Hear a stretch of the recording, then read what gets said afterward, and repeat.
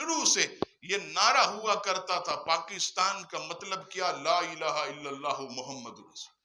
اب جب پاکستان اسلام کے نام پر بنا تو بتائیے ان حکمرانوں نے کتنی مساجدوں کے افتتاح میں شرکت کی ہے؟ ان حکمرانوں نے کتنی مساجد کے بنیادوں میں حصہ لیا؟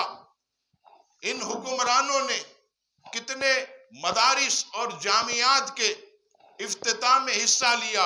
نہیں، کہیں تصویر نہیں ملے گی کہ حکمران مسجد کا افتتاح کر رہے ہیں، سنگ بنیاد رکھ رہے ہیں۔ نہیں، معاذ اللہ۔ آپ دیکھیے سوشل میڈیا کا دور ہے، ہر کسی کے پاس موبائل ہے، حکمران آپ کو مندر کا افتتاح کرتے ہوئے ملیں گے، وزیر آپ کو گردواروں کا افتتاح کرتے ہوئے ملیں گے، وزیر اور حکمران آپ کو کلیساؤں کا افتتاح کرتے ہوئے ملیں گے۔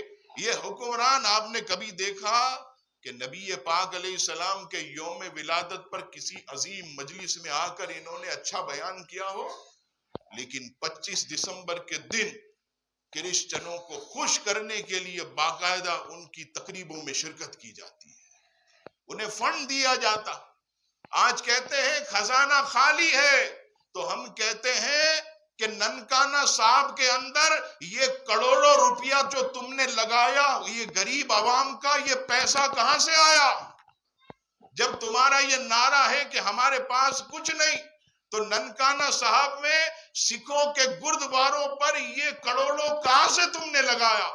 یہ سب غریب آدمیوں کا۔ عزیزان گرامی، دل ہمارا جلتا ہے، ہم یہ کہتے ہیں کہ یہ حکومت آئی تھی تعلیم کے نعرے کو بلند کر، تعلیم عام کریں گے، اور جب 23 مارچ کو سرکاری ایوارڈ دیے جاتے تو ہم ان سے پوچھتے ہیں کہ تم نے تعلیم کے اندر اچھی کارکردگی کرنے والے کتنے لوگوں کو تم نے تعلیمی ایوارڈ دیے؟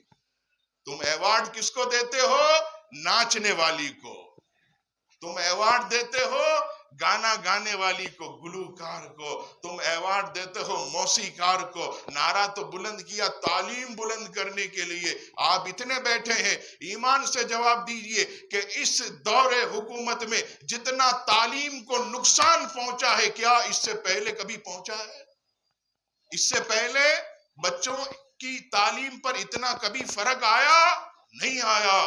عزیزان گرامی، میں آپ سے صرف یہ عرض کروں گا، اور یہاں سے جو رپورٹنگ کر کے جاتے ہیں وہ بھی بتائیں کہ دیکھو جو تم نے وعدے کیے تھے اس میں سے ایک بھی پورا نہیں کیا، تم نے کسی وعدے کی پاسداری نہیں کی۔ آج غریب پس رہا، اور حالت یہ کہ دیکھ کے ہمارا دل جلتا کہ وہ بچہ جس کی عمر 9 سال 10 سال 11 سال 12 سال کہ جو 4 5 کلاس میں پڑھتا تھا، ماں باپ نے غربت سے تنگ آ کر اسے اسکول سے نکال کر بیچارے کو میکینک کی دکان پر بٹھا دیا ہے، اسے اسکول سے نکال کر بیچارے کو چائے پانی لینے کے لیے کسی کے یہاں پیون بنا دیا ہے، اسے بیچارے کو تعلیم سے دور کر کے آج اس کو نوکری کے اندر لگا دیا۔ یہ اس غریب بچے کا حال دیکھ کر ہمارا دل روتا ہے کہ ہائے ہم کہاں جا رہے ہیں۔